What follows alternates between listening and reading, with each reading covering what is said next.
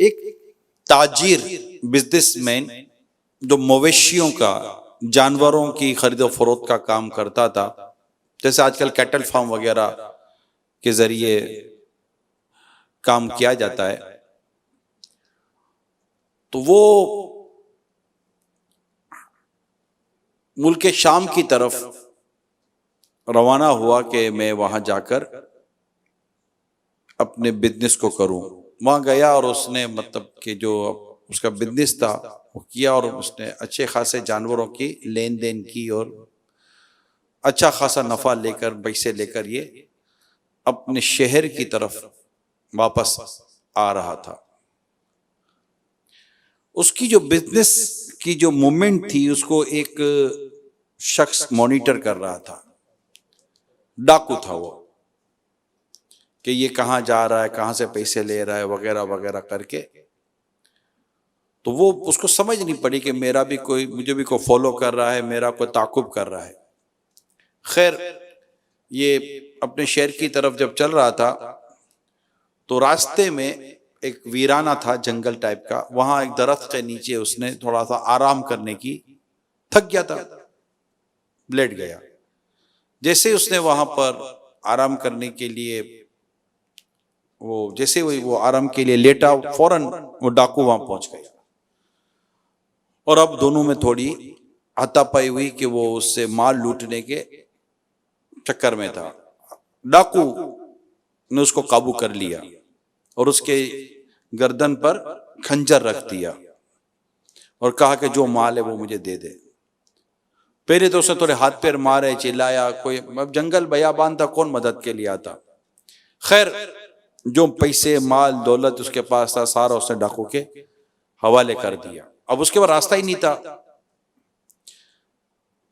अब उसने कहा कि देखो, तुम्हें माल चाहिए था, जो भी माल था मेरा तुम ले चुके, अब मुझे जाने दो। अब डाकू पर उसका खून सुवार था कि नहीं, अब इसको छोड़ना भी नहीं है। ये बदकिस्मती के साथ ये इनकी सोच बन जाती है, तो छोड़ेंगे तो ये बाद में हमको प्रॉब्लम करेंगे। तो ये समटाइम ऐसा ही करते हैं कि लूटते भी हैं और फिर आगे की कार्रवाइयां भी कर डालते हैं। तो उसने कहा नहीं, मैं तो तुझे कत्ल करके ही दम लूंगा। तो उसने कहा मेरे छोटे बच्चे हैं, मेरी फैमिली है, मुझे जाने दो। अब तुमने जो चाहिए तो तुम्हें ले लिया।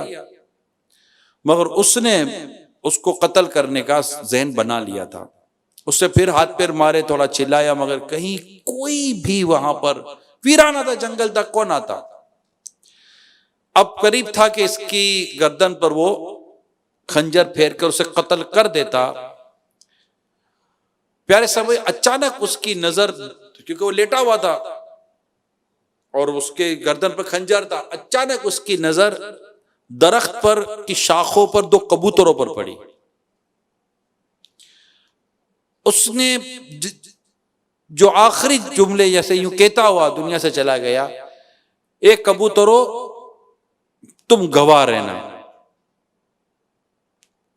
एक कबूतरों तुम गवाह रहना जो मेरे साथ हो रहा है,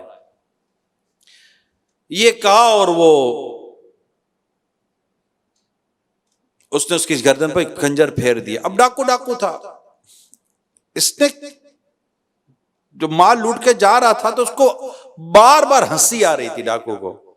किस बात पर? एक कबूतरों गवाह रहना, एक कबूतरों तुम गवाह रहना। अब ये भी को बोले, कबूतरों को बोल के चला गया ये। अब उसको जो है ना, ये दिमाग में बैठ गया, एक कबूतरों तुम गवाह रहना, और उस पर ये हंसता था। यानी इसको अगर हंसी लेनी होती थी तो ये उसका वो जुमला याद करता था, ये दोनों कबूतरों तुम गवाह रहना।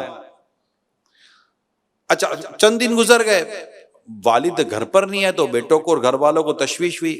उन्होंने ढूंढना शुरू किया। हलब पहुंचे, जहां पर ये तिजारत के लिए पहुंचे थे। बातचीत हुई तो पता चला कि आए थे, माल खरीदा और वो सब हुआ। मजीद उसने थोड़ी मालूमात की तो फिर उसको लोगों ने बताया कि इस तरह तुम्हारे वालिद साहब घर की तरफ आ रहे थे और इस तरह हमें लगा है कि कोई डाकू ने हमला किया। हमने आपके वालिद साहब की खून में लिथड़ी हुई लाश मिल पाई और हमने फला कब्रिस्तान में आपके वालिद साहब को दफन कर दिया है। तो ये एक चैप्टर मतलब यूं जहन में आ गया, क्लोज हो गया कि अब ढूंढना नहीं है, बाप वाली साहब का कत्ल हो गया। अब बेटे ने मुख्तलिफ जगहों पर काजी के पास और मुख्तलिफ इदारों के पास जा जाकर बातचीत की कि भाई मेरे वालिद साहब का कत्ल हुआ है, कातिल को ढूंढ के तो दे। अब कातिल मिले कहां से? कोई गवाही नहीं था, कोई सबूत ही नहीं था, कोई निशानी नहीं थी, कुछ भी नहीं था। वक्त भी गुजरता गया और वो अपने वालिद साहब के कातिल को ढूंढने की कोशिश करते रहे, लेकिन फाइनली ये हुआ कि फाइलें क्लोज हो गई और कुछ भी नतीजा नहीं निकला और कातिल बरामद नहीं हो सका, क्योंकि उसने कोई निशानी नहीं छोड़ी थी, जानता को पहचानता ही नहीं था। प्यारे साहब वक्त गुजरता गया, लोग भूल गए, घर वालों को भी सब्र आ गया और गोया कि अब ये बात एक बस एक वो रह गई जिसको तो सालाना याद आता है, सब फरामोश हो गया। कोई गवाह नहीं था सिवाय एक के, वो खुद कातिल, जिसको पता था कि मैंने काम किया है।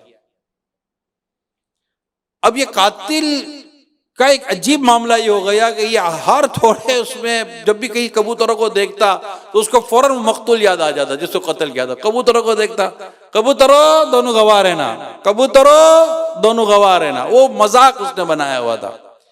एक दिन इसके किसी रिश्तेदार खाता पीता आदमी था, उसने दावत की, लोग जमा हुए, शहर के बहुत सारे लोग जमा हुए, उसमें ये भी आ गया था जो कातिल था। दावत में आया तो सबके सामने बर्तन रखे गए, बर्तन के ऊपर एक कवर था कि वो उसके अंदर खाना था।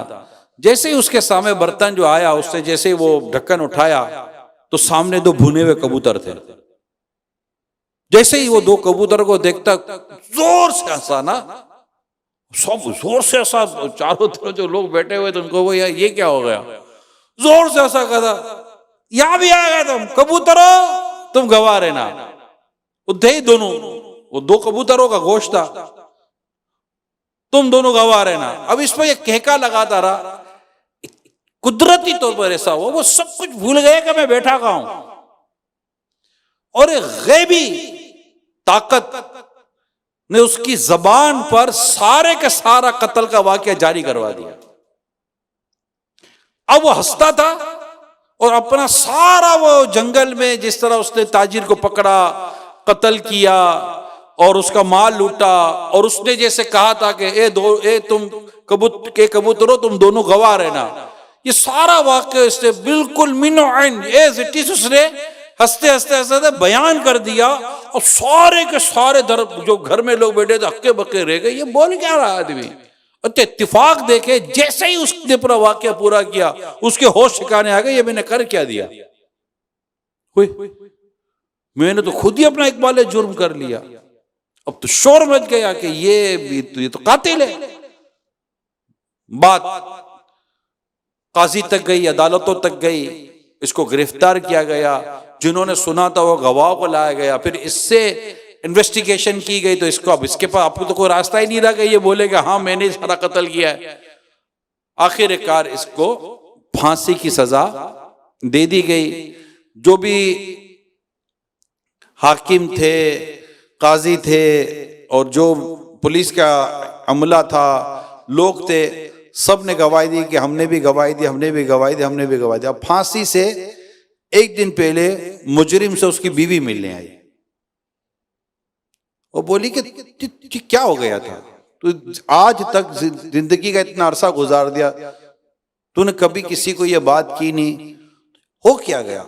वो बोलता है एक जबरदस्त कोई गैबी ताकत थी, कोई गैबी कुव्वत थी जिसने मेरी जबान को मेरे इरादे से बाहर कर दिया और मैं वो बोल पड़ा जो मुझे कभी नहीं बोलना चाहिए था। इसमें मेरी कोई वो नहीं थी और मैं मतलब कि वो, हालांकि मैं कसम खाया हुआ था कि ये किसी को मैं बात बयान नहीं करूंगा, लेकिन बस एक गैबी ताकत थी जिसने मेरी जबान को सल्ब कर लिया और मेरे इख्तियार से मेरी जबान निकल गई और उस पर वो जारी हो गया जो मेरी जबान पर कभी भी ना आता।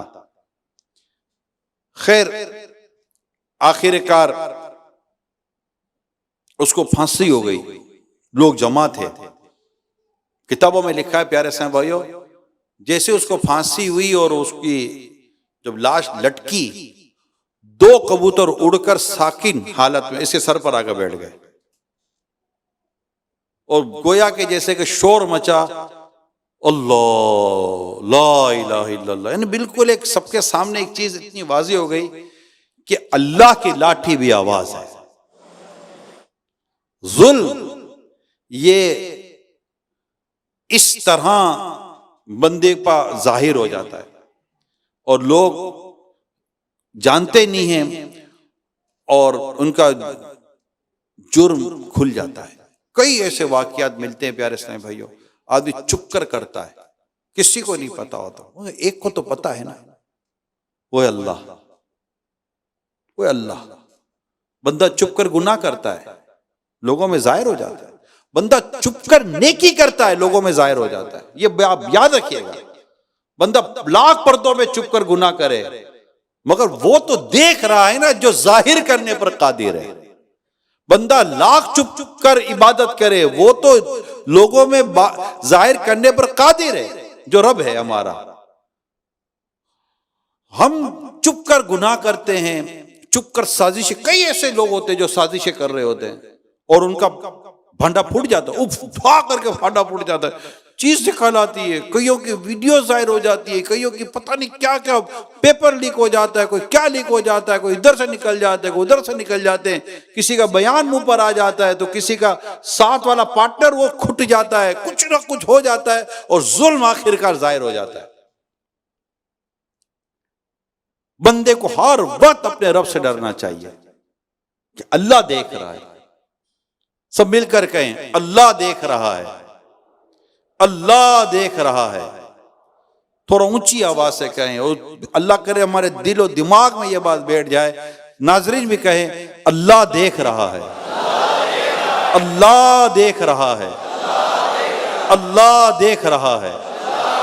ये बात हमारी मतलब हमारे दिल पर, हमारे दिमाग पर, बल्कि अगर हमारी मिल्कियत में है तो हमारे घर की बात जगहों पर, दरों दीवारों पर, कहीं ना कहीं जहां बैठते हैं वो लिखा हुआ होना चाहिए। मकतूतुल मदीना तो स्टिकर छापे थे, अल्लाह देख रहा है, अल्लाह देख रहा है, अल्लाह देख रहा है।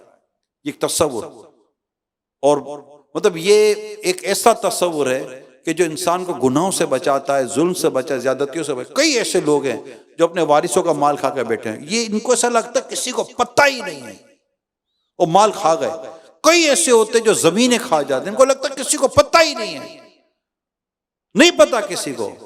अरे जंगल में भी किसी को नहीं पता था, मगर दो कबूतरों के जरिए अल्लाह ताला ने इसका जुर्म जाहिर कर दिया। दो कबूतरों के जरिए, जिस पर यह हंस रहा था, मगर कबूतर भी हैं तो रब की मखलूक ना, पैदा तो उनको भी खालिक हकीकी ने किया है, लेकिन मजलूम की आखिर रंग लाई और जालिम का राज खुल गया। इसी के अपनी जबान से खुला, जरा सोचिए तो सही, इसी के अपनी जबान से खुला। अल्लाह की गिरफ्त बड़ी सख्त है। हजरत सैयदना अबू मूसा अशअरी रदी अल्लाह ताला अन्हो ये रिवायत करते हैं कि प्यारे आका सल्लल्लाहु ताला अलैहि वसल्लम ने इरशाद फरमाया, बेशक अल्लाह पाक जालिम को मोहल्लत देता है, यहां तक कि जब उसको अपनी पकड़ में लेता है तो फिर उसको कोई नहीं छोड़ता, फिर उसको नहीं छोड़ता। जब उसको अपनी पकड़ में लेता है तो फिर उसको नहीं छोड़ता। ये फरमाकर प्यारे आका सल्लल्लाहु अलैहि वसल्लम ने कुरान करीम की जो आयत करीमा तिलावत की, उसका तर्जुमा कंजुल ईमान ये है कि और ऐसी ही पकड़ है तेरे रब की जब बस्तियों को पकड़ता है इनके जुल्म पर, बेशक इसकी पकड़ दर्द नाक कड़ी। बुखारी शरीफ की हदीस मैंने आपको बयान की है कि जालिम को मोहलत मिलती है। वो समझता है मुझे कोई देखने वाला पूछने वाला नहीं है। ना पागल वागल हो गए हो क्या, देखने वाला पूछने वाला नहीं है। अल्लाह की पकड़ सख्त है। जायदादें खा जाने वालों, यतीमों का माल खाने वालों, कमजोरों को पर जुल्म करने वालों, अच्छा, लोगों की इज्जतें पामाल कर, चुप कर, पीछे से ऐसी इज्जतें उछालते हैं, कहते किसी को पता ही नहीं चलेगा। लोग फेक आईडीज बनाकर लोगों की इज्जतें उछालते हैं। एक फेक आईडी, अब तो सोशल मीडिया का दौर है ना, फेक आईडीज बनाकर, फेक पेजेस बनाकर, कोई आपको नहीं जानता, नाम मतलब आपने नाम भी औरत का लिख दिया कि आप मर्द हो, पीछे पता ही नहीं चले कि जनाब ये भी को पीछे से मर्द हरकतें कर रहा है। सारे काम आप लेकर जो कर रहे हैं, मैं उनको कह रहा हूं कर रहे हो, मगर ये बंदे भूल क्यों जाते कि तेरा रब सब जानता है। तूने जो दुनिया में लोगों पर जुल्म किया, ज्यादती की, इनके माल में, इनकी जान में, इनकी इज्जत में, जो तूने 10 अंदाजी की, याद रखिएगा नबी पाक सल्लल्लाहु अलैहि वसल्लम की हदीस पाक को कभी भूलना नहीं है कि मुसलमान का मुसलमान पर हराम है उसकी जान, उसकी माल और उसकी इज्जत। आप किसी मुसलमान की इज्जत में हाथ डाल रहे हैं, आप किसी मुसलमान की जान ले रहे हैं, आप किसी मुसलमान की माल में हाथ डाल रहे हैं, उसकी आबरू में हाथ डाल रहे हैं, और आप समझते कुछ भी नहीं होगा, नादान हो। ये कैसे हो सकता है कि आप इतना जुल्म करें और कुछ भी ना हो? मोहलत मिली है, वक्त मिला है। इस मोहलत में तो बंदा अल्लाह के बारगाह में रुजू करे, हक तलफियां जो हुई हैं उनकी माफी तलब करे और अपने रब को राजी करे, अल्लाह की पकड़ से डरे। और ये जो कत्ल कर देते हैं, मतलब पता नहीं चलता, कत्ल करके चले जाते हैं, अल्लाह अल्लाह कत्ल कर देते, उफ, कत्ले ना हक गुनाह अजीम है। तिरमिज़ी शरीफ में है, हजरत सईदना अबू सईद खुदरी रज़ी अल्लाह तआला अन्हु हजरत अबू हुरैरा रज़ी अल्लाह तआला अन्हु से नकल करते हैं, अगर तमाम आसमान और जमीन वाले एक मुसलमान का खून करने में शरीक हो जाएं, तमाम आसमान और जमीन वाले एक मुसलमान का खून करने में शरीक हो जाएं, अल्लाह पाक उन सबों को मुंह के बल औंधा करके जहन्नम में डाल देगा, औंधा करके जहन्नम में डाल देगा। अल्लाह अल्लाह अल्लाह। हम जुल्म को कुछ हल्का ही मतलब माज़अल्लाह सुमा माज़अल्लाह हमने जाना ही नहीं है कि जुल्म की किस कदर होलना किया है। हजरत सईदना फकी अबू लैस सबरकंदी रहमतुल्लाह तआला अलैह नकल करते हैं, बेशक पुल सिरात पर आग की बेड़ियां हैं, जिसने हराम का एक दिरहम भी लिया उसके पांव में आग की बेड़ियां डाली जाएंगी, जिसके सबब से पुल सिरात पर गुजरना दुश्वार हो जाएगा, यहां तक कि उस दिरहम का मालिक इसकी नेकियों में से इसका बदला ना ले ले। अगर इसके पास नेकियां नहीं होंगी तो वो उसके गुनाहों का बोझ भी उठाएगा और जहन्नम में गिर पड़ेगा। डकैतियां मारते हैं, लूट मार करते हैं, मोबाइल छीन लेता। आप बताओ कितने हजारों हजारों केसेस है मोबाइल छीनने के, पर्स छीन जाने के, घड़ी उतार कर ले जाते हैं, मोटरसाइकिल छीन लेते हैं, कार छीन लेते हैं, औरतों की बालियां नोच कर चले जाते हैं, इनके हाथों से कंगन और चूड़ियां खींच कर चले जाते हैं, गन पॉइंट के ऊपर क्या क्या काम करते हैं, किडनैप करते हैं, बच्चों को उठा कर ले जाते हैं, बच्चियों को उठा कर ले जाते हैं, पर्चियां भेजते हैं, भत्ते मांगते हैं, दुकानों पर फायर करके चले जाते हैं। तुम जितने भी ये जुल्म कर रहे हो, जो ज्यादतियां कर रहे हो, चुप कर रहे हो, तुम्हें इदारा भी नहीं पकड़ पा रहा, एक का दो, दो का तीन, तीन का चार ग्रुप बने हुए, माफियाज बनी हुई हैं, इसको इससे निकाला, उससे उसको निकाला, तुम्हें को पकड़ नहीं पा रहा। 2 दिन के अंदर अंदर तुमने पोर्ट पार करा दिया, मुल्क पार करा दिया, सरहदें पार करवा दी, तुमने सब कुछ कर लिया, कोई तुम्हें नहीं जानता। अरे खुद अल्लाह देख रहा है, इतना बड़ा जुल्म कर रहे हो, लोगों के घरों को उजाड़ रहे हो, इनके बेटियों को अगवा कर रहे हो, और ये माल तो कहां लेके जाओगे, कहां माल लेके जाओगे? सोचिए दोबारा कि जब बेशक पुल सिरात पर आग की बेड़ियां हैं, जिसने हराम का एक दिरहम भी लिया उसके पांव में आग की बेड़ियां डाली जाएंगी, जिसके सबब इसे पुल सिरात पर गुजरना दुश्वार हो जाएगा, यहां तक कि उस दिरहम का मालिक इसकी नेकियों में से इसका बदला ना ले ले। अगर इसके पास नेकियां नहीं होगी तो वो उसके गुनाहों का बोझ भी उठाएगा और जहन्नम में गिर पड़ेगा। अजीब व गरीब अंदाज है जुल्मन माल लेने के, बातिल तरीके से माल लेने के, हराम खाने के मुख्तलिफ अंदाज हैं। आयात में, तफासिर में, हदीस की शुरुआत में पूरा बयान मौजूद है। मगर मैं यहाँ पर बस अर्ज करने की ये कोशिश करूंगा कि मुसलमानों को किसी सूरत तकलीफ नहीं देनी है। आज हम भी नियत करें, इंशाअल्लाह हम कभी किसी मुसलमान को तकलीफ नहीं पहुंचाएंगे। हमारी हाथ और हमारी जबान से इंशाअल्लाह मुसलमान महफूज रहेंगे। इंशाअल्लाह हम आका की दुखियारी उम्मत का गम हल्का करेंगे, ना कि इनके गमों को बढ़ाएंगे। हम मुसलमानों को तकलीफ देने के लिए पैदा तो नहीं किए गए, हम तो अल्लाह की इबादत के लिए पैदा किए गए। हम तो नेकी करेंगे, परहेजगारी इख्तियार करेंगे, तकलीफ नहीं पहुंचानी, याद रखिएगा। हजरत सैयदना यजीद बिन शजारा रहमतुल्लाह ताला अलैह फरमाते, जिस तरह समुंदर के किनारे होते हैं इसी तरह जहन्नम के भी किनारे हैं, जिनमें बख्ती ऊंटों जैसे सांप और खच्चरों जैसे बिच्छू रहते हैं। अहले जहन्नम जब अजाब में कमी के लिए फरियाद करेंगे, हुक्म होगा किनारों से बाहर निकलो, वो जो ही निकलेंगे तो वो सांप इन्हें होंठों और चेहरों से पकड़ लेंगे, इनकी खाल उतार लेंगे। वो लोग वहां से बचने के लिए आग की तरफ भागेंगे, फिर इन पर खुजली मुसल्लत कर दी जाएगी। वो इस कदर खुजाएंगे कि इनका गोश्त पोस्ट सब झड़ जाएगा और सिर्फ हड्डियां रह जाएंगी। पुकार पड़ेगी, ए फुला क्या तुझे तकलीफ हो रही है?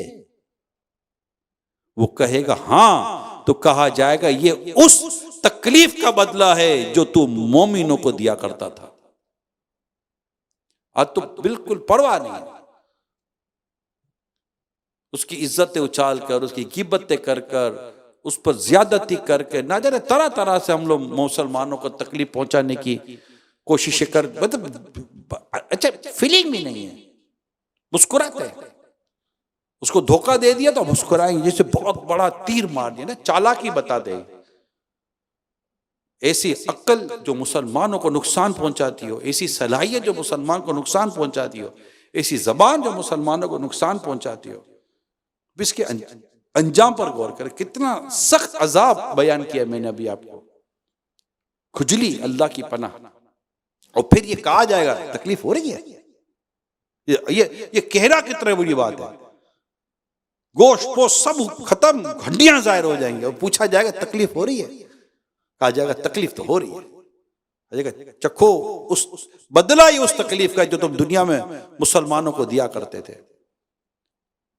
हम जबान से, आंख से, हाथ से, पांव से, दिमाग से, ना जाने किन किन जराए से मुसलमानों को तकलीफ पहुंचाने की वो करते रहते, तरह की मनसूबाबंदी करते रहते हैं। फ्रंट पे जो नजर आता है वो कुछ और होता है, पीछे दिमाग किसी और का चल रहा होता है। तुम लोग कहीं बैठ के साजिशें कर रहे होते हो, किसी की इज्जत उछालने पर साजिशें कर रहे होते हो, किसी को जलील करने पर साजिशें कर रहे होते हो, किसी का माल खाने पर साजिशें कर रहे होते हो, किसी की तिजोरी को साफ करने पर साजिशें कर रहे होते हो, क्या क्या प्लानिंग कर रहे होते हो, क्या क्या सपोर्ट कर रहे होते हो जालिमों को। कहां कैसे बचोगे? अल्लाह की पकड़ बड़ी सख्त है, जब वो पकड़ता है तो फिर कोई छुड़ा नहीं सकता। अल्लाह पाक आपको और मुझे गुनाहों से बचकर जीने की तौफीक अता फरमाए, और अल्लाह जुल्म से हमें महफूज रखे, जालिम नुकसान में। प्यारे इस्लामी भाइयों, जुल्म को समझिए। इसके लिए मेरे शेख तरीकत अमीर अहले सुन्नत का एक रिसाला है, मक्तबुल मदीना से आप तलब कर सकते हैं, डाउनलोड भी कर सकते हैं वेबसाइट से। जुल्म का अंजाम, मैंने चंद चीजें उस रिसाले से बयान की हैं। जुल्म का अंजाम पढ़ें हम इसको, पैसे के ताल्लुक से, माल के ताल्लुक से, इज्जत के ताल्लुक से, किस किस तरह हम जुल्म कर हमसे जुल्म हो सकता है या हो जाता है। पढ़ेंगे तो पता चलेगा, ओ ये भी जुल्म था, ओ ये भी जुल्म था, जो पता ही नहीं था। फिर एक बहुत खूबसूरत बात है प्यारे समझने के लिए, हदीस पाक में मोमिन वो है जो अपने लिए पसंद करता है, अपने भाई के लिए वही पसंद करता है। इसको अपने पेशे नजर रखें। किसी के साथ कोई भी ऐसा बर्ताव आप कर रहे हैं, सुलूक कर रहे हैं, बस इस इरशाद पाक को अपने सामने रखें जो प्यारे आका सल्लल्लाहु अलैहि वसल्लम का इरशाद है, और अपने लिए सोचे यार मेरे साथ अगर कोई ये करता तो क्या मैं इसको पसंद करता? जवाब आपको मिल जाएगा यार। कौन पसंद करता है कि मुझे कोई गाली दे? कौन पसंद करता है कि मुझे कोई मिलावट का माल दे? कौन पसंद करता है कि यार मतलब कि मुझसे कोई रिश्वत ले? कौन पसंद करता है कि मतलब मेरा कोई नाहक कत्ल कर दे, मेरे बीवी बच्चों को तकलीफ पहुंचाए, मुझे धमकियां दे, मेरे साथ ये करे? जो भी चीजें जो आप अब सोचते जाएं लिस्ट बन जाएगी। मोमिन वो है जो अपने लिए पसंद करता है, अपने भाई के लिए वही पसंद करता है। तो हम जो चीज अपने लिए पसंद करें, अपने मुसलमान भाइयों के लिए वही पसंद करें। जवाब लेना कोई दिक्कत, को इतनी मुश्किल इंशाल्लाह नहीं होगी हमको। बस अल्लाह पाक हमें अक्ल सलीम अता करे और अच्छी सोच अल्लाह पाक हमको अता फरमा दे। अच्छा सोचे, इंशाअल्लाह कल्बे सलीम लेकर अगर दुनिया से गए, अल्लाह ने चाहा तो अल्लाह की रिजा भी मिलेगी और इंशाअल्लाह जन्नत में दाखिला भी मिलेगा इंशाअल्लाह अज़्ज़ व जल। इसके लिए नेक माहौल, दावत इस्लामी का जैसे माहौल है, बयान सुनते रहें, मदनी मुज़ाकरों में शिरकत करते रहें।